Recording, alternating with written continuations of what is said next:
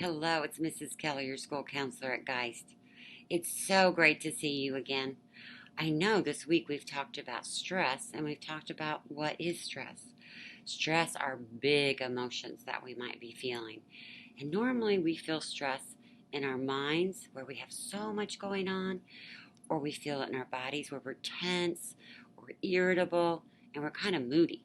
So let's talk about what we do to calm ourselves back to the green zone when we're dealing with stress.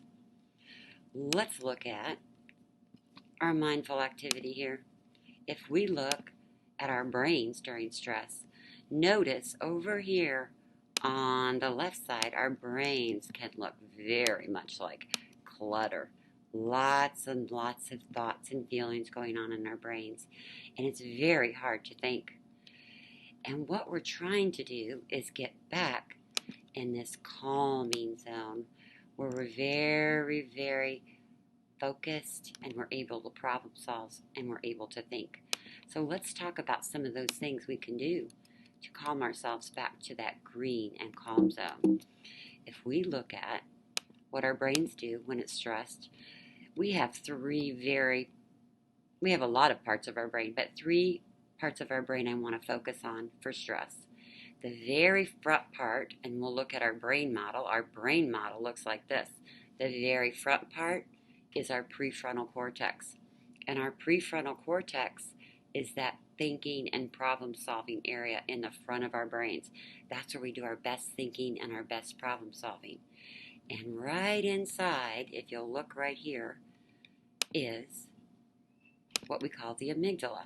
And that is stationed right inside our brains, and we'll use our thumb to show that it's nice and tucked away inside our brains, and that's where our emotions are centered. That's when we're noticing strong emotions. Right now, my amygdala is very calm because it's in its calm place and lying and resting. But what happens when I have a big emotion? A big emotion can trigger my prefrontal cortex to go offline, and then it's not working.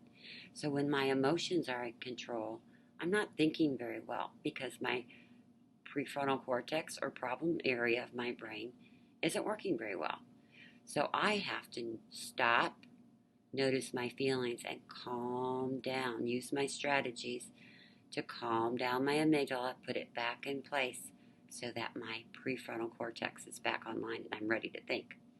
The last part of the brain that I want to focus on is the memory bank. It's tucked away in the back of your brain, and that's called the hippocampus. And that's where you store anything that you've learned from your prefrontal cortex. It makes a pathway to that hippocampus. But when our amygdala is in control, that pathway isn't working very well. So we've got to learn that our amygdala is a really important part of our brain because it can set our thinker off. And we need to really calm it back down so that we can use our prefrontal cortex. Let's watch this video because they're being mindful and calming themselves down. And this is a great way. First thing to notice is you're going to stop and breathe, and then you're going to do a mindful activity and use self-talk. I get really mad when my brother hits me a lot. I don't like it when you say you don't want to play with me. When I'm mad, my brain can get a headache and it can start hurting. Your blood keeps pumping because you're like really mad. And you start to get sweaty because you're getting really, really mad. And then when you start getting really mad, you turn red. When your body can't really control yourself, mad just takes over your body. I just get out of control. It's kind of like if you had a jar and then the jar would be your brain and then you put glitter in the jar and that would be how you would feel like. If you shook up the jar and the glitter went everywhere, that would be how your mind looks. And it's like spinning around and then you don't have any time to think. And you sometimes punch stuff and people when you don't really mean it. When I get angry, I feel it in my heart. I really don't like when I get angry. The amygdala really reacts, but the prefrontal cortex tries to keep it down. When I feel like I want to, get really angry and yell, I just sometimes, take deep breaths. First you find a place where you can be alone, then you find some way to relax and calm down. When I need to calm down, I take deep breaths. I breathe in through my nose. Sometimes I close my eyes or just take deep breaths. It's calming down, it's not moving. It's slowing down and then it stops. And the heart pumps slow and then it goes into your brain. It's like all the sparkles are at the bottom of your brain.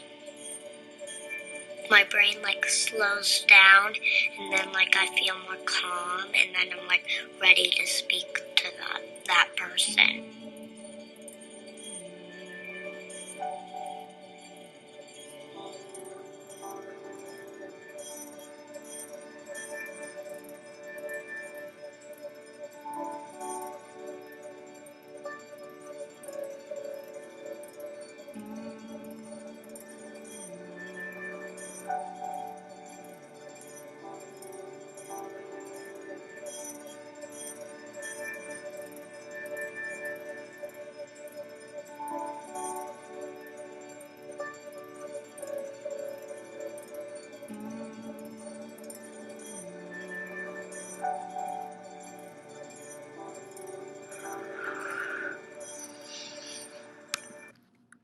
Oh, I feel so much better already.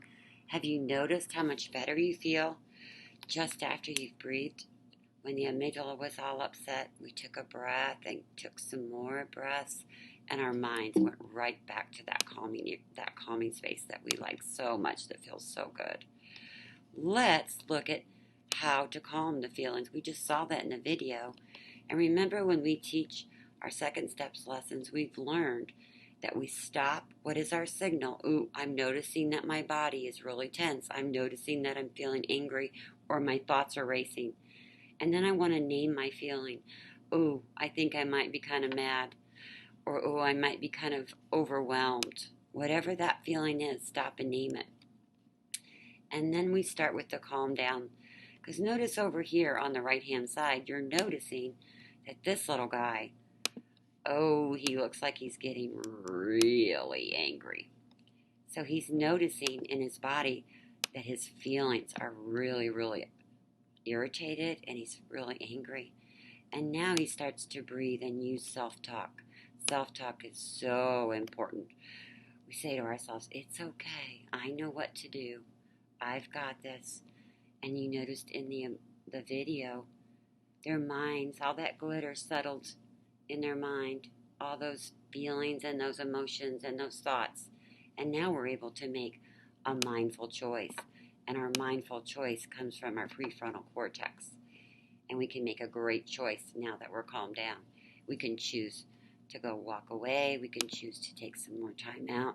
We can choose to use an iMessage, whatever it is that we feel like would be a great choice. We're going to use that. Now remember, our prefrontal cortex is calm now, and now we're going to make that mindful choice with our prefrontal cortex. Now we could choose a lot of different options. It could be an iMessage. It could be give yourself alone time, maybe to problem solve. What do I need to do to fix this? It could be to make a compromise. Well, maybe you can do this first and then I can do it, and then we can switch. That's a great compromise. Self-talk is so important. I'm okay. I've got this. It's okay. I'll be fine. Or distract yourself and maybe go do something else. Remember, we're going to be using iMessages because there's a great way of problem solving. You say how you feel. That's why it's so important to know your emotions. I feel, whatever that emotion is, upset. I feel angry.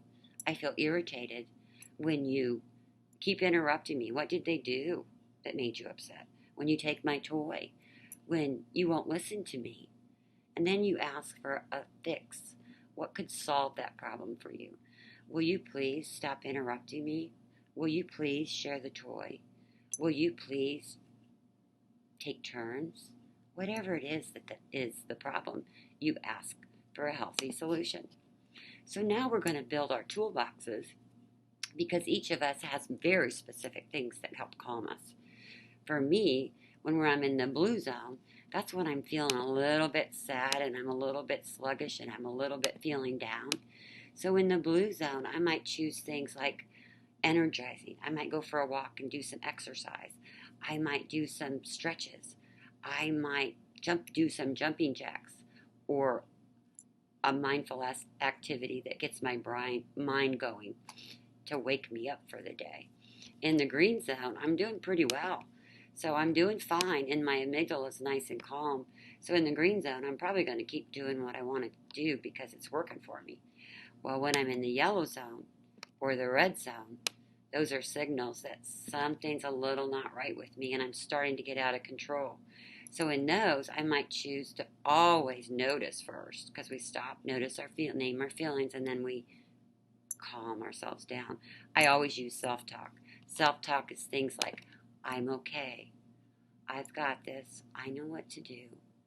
Always start with self-talk because that helps calm those emotions real fast. And then the next one is always to start breathing. Those are my two favorite. And we use those in school because they're really easy to do and they're very something you have control over doing at any moment in any space that you're in the school.